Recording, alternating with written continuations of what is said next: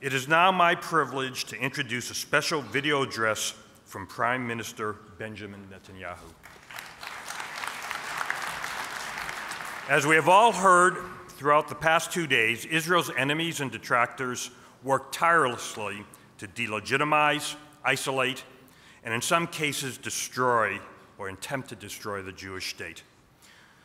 Whether it's combating BDS, maintaining Israel's qualitative military edge in an increasingly turbulent Middle East, or confronting Iranian nuclear aspirations, these existential responsibilities ultimately weigh on the shoulders of one leader, the democratically elected Prime Minister of the State of Israel. And so without further ado, please turn your attention to the screens behind me as we share a very special message from Israeli Prime Minister Benjamin Netanyahu. I send greetings from Jerusalem, the united capital of Israel and the Jewish people, to all the participants in the American Jewish Committee's Global Forum. I especially want to recognize the European leaders attending this year's forum, including the Prime Minister of Ukraine and the Foreign Minister of Bulgaria, as well as my dear friend Yuval Steinitz, Israel's Minister of Energy and Water Resources, and of course David Harris, the indefatigable and dedicated Executive Director of the AJC for the last quarter century. Today the Jewish people face many challenges. The global resurgence of anti-Semitism is a central concern. Jews everywhere are once again being slandered and vilified. Now this is taking place in the intolerant Middle East, but it's also taking place in the democratic West. I want to take this opportunity to praise all the governments that are committed to fighting anti-Semitism, and some of their representatives are with you tonight. Contemporary anti-Semitism doesn't limit itself to slandering, vilifying, and targeting the Jewish people. It first and foremost targets the Jewish state. That's the focus of modern anti-Semitism. The international campaign to delegitimize Israel is a manifestation of this phenomenon. Friends, over the last 2 weeks, there was an attempt to throw Israel out of FIFA. A national student union in Britain voted to support boycotting Israel, and the CEO of a French telecommunications company declared his intention to end the company's business dealings with Israel.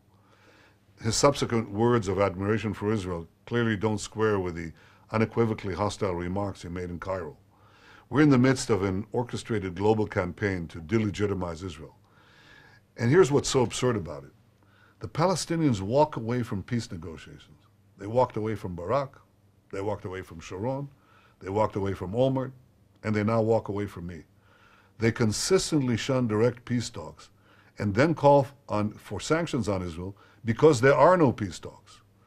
Unfortunately, all too many in the international community go along with this charade. Delegitimization must be fought. It's not about this or that Israeli policy. It's about our right to exist here as a free people, our right to defend ourselves, our right to determine our own future. Israel is the most embattled democracy on earth. And what a democracy it is, robust and rollicking, with an often rancorous parliament. I can give you personal testimony. A thoroughly independent judiciary, it will stay that way. A free press, it will stay that way. A democracy that rigorously protects the equal rights of all its citizens, without exception. This democracy, Israel, seeks a genuine peace with our Palestinian neighbors, just as we are fending off the barbaric forces of terrorism and extremism that surround us. In the battle against delegitimization, our most potent weapon is the truth. We must speak the truth, loudly, clearly, proudly. That's what we must all do. Thank you.